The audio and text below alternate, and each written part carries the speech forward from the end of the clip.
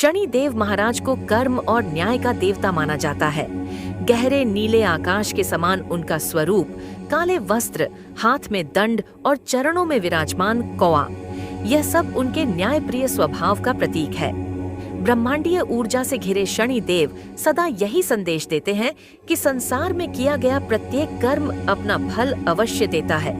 एक समय की बात है, पृथ्वी पर रहने वाला एक राजा अपने बल और धन के घमंड में गरीबों और कमजोरों पर अत्याचार करने लगा। उसे लगता था कि उसका कोई कुछ नहीं बिगाड़ सकता।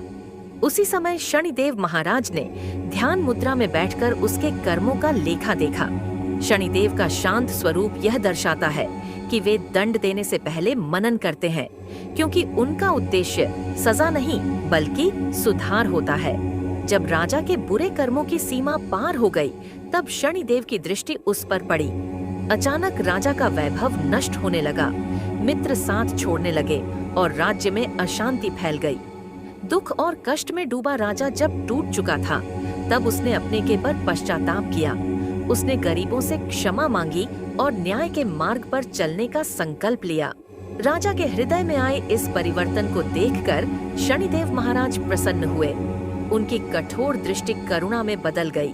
धीरे धीरे राजा के जीवन में संतुलन लौट आया।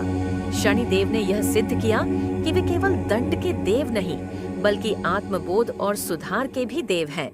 यह कथा हमें सिखाती है कि शनिदेव महाराज का भय नहीं, बल्कि उनके न्याय और कर्म सिद्धांत को समझना चाहिए। सच्चे मन से किए गए अच्छे कर्म अंततः जीवन में शांति और सम्मान लेकर आते हैं।